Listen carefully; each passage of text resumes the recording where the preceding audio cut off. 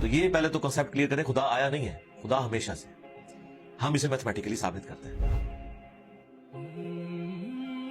دیکھیں جو universal truth establish ہو چکے ہیں اس کو تو آپ کوئی دوبارہ سے چیلنج نہ کریں. یعنی یہ یونیورسل ٹروتھ ہے کہ 2 + 2 = 4. ٹھیک ہے, اب اسے کوئی 5 یا 3 بنانے کی کوشش کرے تو ظلم پر مبنی کام کر رہا ہے. آپ دوبارہ سے ویل بھی انوینٹ کر لیں تب بھی یہ میتھمیٹیکل ایکویشن تو اپنی جگہ رہے گی. بالکل اس طریقے سے یہ چیز اسٹیبلش ہو چکی ہے کہ کائنات پہلے نہیں تھی تو آئی ہے. آپ کو پتا ہے کچھ عرصہ یہ نظریہ رہا ہے 17ویں اور 18ویں صدی میں کہ یہ اسٹیڈی سٹیٹ کائنات ہے, ہمیشہ سے ایسے ہی چل رہی ہے. لیکن یہ اب نظریہ اپنی موت مر گیا. ہم جس ایرا میں بیٹھے ہیں نا یہ نظریہ ختم ہو چکا ہے. آج سے نہیں, بگ بینگ کے بعد سے, جب وہ ہبل نے وہ ٹیلیسکوپ کے ذریعے چیز دیکھی تھی تو ہبل نے یہ دیکھا کہ کائنات میں جتنے بھی یہ اجرام فلکی ہیں, یعنی آسمان پہ جتنے آپ کو سیارے ستارے نظر آ رہے ہیں نا, ان میں ایک کامن چیز یہ ہے کہ سب ایک دوسرے سے دور جا رہے ہیں. اور اس کے لیے اس نے اسپیکٹرم جب ڈرا کیا, اسپیکٹرم جب گریجولی کسی چیز کا لائٹ کا اسپیکٹرم ریڈ کی طرف شفٹ ہو, اٹ مینس کہ وہ آپ سے دور جا رہی ہے. تو یہ چیز لاجیکل تھی کہ جب یہ دور جا رہی ہے تو اس کو ٹائم میں ریورس کیا جائے تو کسی ایک جگہ سے شروع ہوئی ہوگی. یعنی میں ہاتھ میں کچھ بالز پکڑوں اور انہیں یوں پھینکوں, سارے ایک دوسرے سے دور جائیں گے. اور یہ ایک یونیورسل ٹروتھ ہے کہ یہ دور اس لیے جا رہے ہیں کہ کہیں ایک جگہ سے یہ سٹارٹ ہوئے تھے. یہ تو ایک نیچرل چیز ہے. اچھا, انہوں نے کہا کہ اگر ہم ٹائم کو ریورس کریں اور ایسے پوائنٹ پہ پہنچیں کہ جہاں سے یہ چیز سٹارٹ ہوئی تھی, تو اس کو سائنٹسٹ نے نام دیا کہ وہ ایک ایسا پوائنٹ تھا کہ جس کی ڈینسٹی انفینٹ تھی, نہ ختم ہونے والی, اور والیوم 0 تھا. والیوم 0 ہے اور ڈینسٹی انفینٹ ہے. اٹ مینس کریشن ایکس نہیں لو, عدم محض سے وجود, کچھ نہیں تھا تو یہ ہو گیا. اور پھر وہ کہتے ہیں کہ یہ جو بگ بینگ ہوا ہے, اس بگ بینگ کے بعد اگر 1 سیکنڈ کے ٹریلین حصے کے اندر بھی ذرا سی ڈسٹربنس آتی تو یہ کائنات وجود میں نہیں آ سکتی تھی. اور یہ تو صرف وجود میں آنے کی بات ہے. پھر جو billions of fine tunings planet Earth کے اوپر موجود ہیں, ہر سیارے کے اعتبار سے ہیں, زمین کا سورج سے فاصلہ, پھر ان کی گریویٹیشنل فورس, ان کی موومنٹ, سپیڈ, یہ تو ایک پوری ایک سمجھ لیں ایک ایسی فیلڈ ہے جس میں انسان جا کے گم ہو جاتا ہے. ان ساری چیزوں کو کنسیڈر کر کے اسٹیڈی اسٹیٹ کائنات کی تھیوری تو ہوگی ختم اور بگ بینگ ہوگی اسٹیبلش. اب یہ تو ثابت ہو گیا کہ کریشن ایکس نہیں لو, یعنی انسان یا کائنات یہ پیدا ہوئے ہیں. پرابلم تب تھی آپ کے لیے جب آپ یہ مانتے کہ یہ بھی ہمیشہ سے انسان پیدا ہو رہے ہیں اور دوسرا اینڈ کوئی نہیں. یہ تو مسئلہ حل کر دیا آپ کا سائنس. ان کا نہیں, کریشن تو ہوئی ہے. اب اس کا کریٹر ہے یا نہیں ہے, اس کے اوپر وہ آ کے بات کرتے ہیں. اب یہ جو فائن ٹیوننگز ہیں ان کو سمجھنے کے لیے اتنے دماغ کی ضرورت ہے, اتنے برینز کی ضرورت ہے. ڈی این اے کی اسٹرکچر کو سمجھنے کے لیے, اس ہارمونی کو سمجھنے کے لیے, بنانے کے لیے نہیں سرکار. اتنے برینز لگ جائیں. آج تک ہم ڈسکوریز ہی کر رہے ہیں.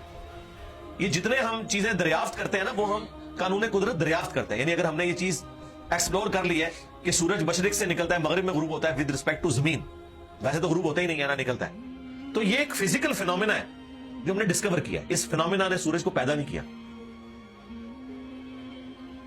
یہ کریٹر آف سن تو نہیں ہے, یہ اگر آپ کو پتا چل گیا.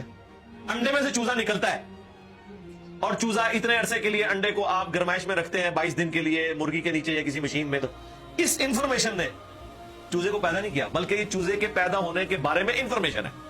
آپ اس کے اندر مزید چلے جائیں, جتنا ڈیپ ڈگ کرتے جائیں, الٹیمیٹلی آپ کی ایک انفارمیشن ایڈ ہوگی. یہ نہیں ہوگا کہ آپ کو یہ پتا چل جائے کہ اس نے پیدا کیا. وہ تو مرغی کو خود نہیں پتا جو پیدا کرنے والی ہے, کروکوڈائل کو, ایلیفینٹ کو یہ پتہ ہی نہیں میرے اندر کیا کیا کوالٹیز ہیں. جس کو یہ پتہ ہی نہیں میرے اندر کیا کوالٹیز ہیں, انسان کو نہیں پتا ابھی تک میرے اندر کیا کوالٹیز ہیں. یہ تو بھی سائنس تھوڑا بہت آپ کو ایکسپلور کر رہی ہے. تو کریٹر تو ہم ان کوالٹیز کی ہے ہی نہیں ہے. اور پھر پیچھے ایک برین اس اعتبار سے ہے کہ وہ ایک آرگنائز طریقے سے, اور یہ بھی چیز ڈیفینیٹلی فیزیبلٹی کے تحت آپ سمجھیں میتھمیٹکس میں اسٹیبلش ہو چکی ہے کہ یہ پورے ایک آرگنائز طریقے سے جو چیز چل رہی ہوتی ہے اس کے پیچھے ایک برین ضرور ہوتا ہے. برین کے بغیر یہ کوئی ڈیزائن کر نہیں سکتا. فزکس کا second law of thermo dynamics جو ہے کہ انٹروپی یا تو کانسٹنٹ رہتی ہے یا انکریز کرتی ہے, یعنی ڈس آرڈر. خدا نہ خاصا یہاں پہ دھماکہ ہو جائے تو ہر چیز بکھر جائے گی. اس کے بعد دنیا کا کوئی دھماکہ دوبارہ اس کو اس حالت میں ارینج نہیں کر سکتا. اس کو کہتے ہیں انٹروپی, کہ کہیں پہ بگاڑ آتا ہے تو وہ بڑھتا ہے. یہ ہو سکتا ہے کہ مزید آپ لوگ لائیں تو یہ بگاڑ اور بڑھتا جائے, یا جتنا ہے اتنا ہی رہے, واپس آرگنائز نہیں ہو سکتا جب تک کہ دوبارہ سے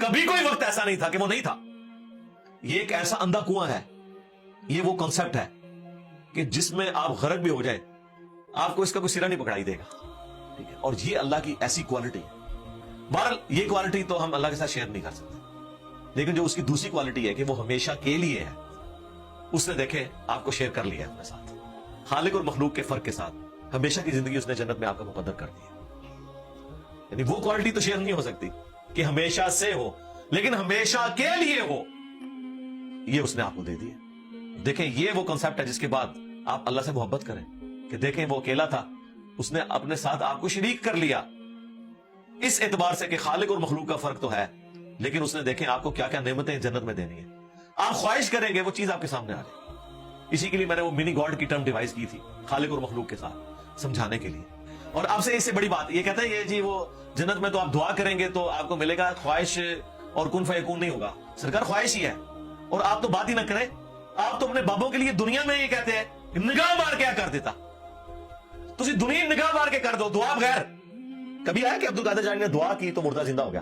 نہیں کیا, اٹھ کن فیکون, تو دنیا میں بیٹھے ہوئے ہو, سانو جنت بھی کن فیکون کے اوپر تم جو ہے وہ کہتے ہو کہ یہ شرک کر رہے ہیں. تمہارے سارے بابوں کے بارے میں تم یہ دنیا میں شرک مانے ہوئے ہو جو ہے ہی سب کچھ جھوٹ ہے. ہم تو آخرت بتا رہے ہیں کن فیکون اس اعتبار سے کہ آپ کی خواہش کے بعد وہ چیز آپ کے سامنے آ جائے گی. چاہیں تو اشاروں سے اپنے کایا ہی پلٹ دیں دنیا کی. ہاں یہ حال ہے خدمتگاروں کا, سرکار کا عالم کا, اشاروں سے, دعاؤں سے نہیں. تو سانو کہتا نہیں جنت دعا تو بعد ملے گا, اشارے میں کچھ نہیں ملے گا. تو اسی دنیا کی اپنی جنم بنائی ہوئی ہے اس طرح سے عقیدے رکھ کے, اور جو ایکچوئل ہے وہ تو ہے انشاءاللہ تعالی. ہاں شاید آپ کے لیے اور آپ جن کو مانتے ہیں ان کے لیے نہ ہو, اس لیے آپ ماننے کے لیے تیار نہیں ہے. ہمارے لیے تو ہے انشاءاللہ تعالی, انشاءاللہ.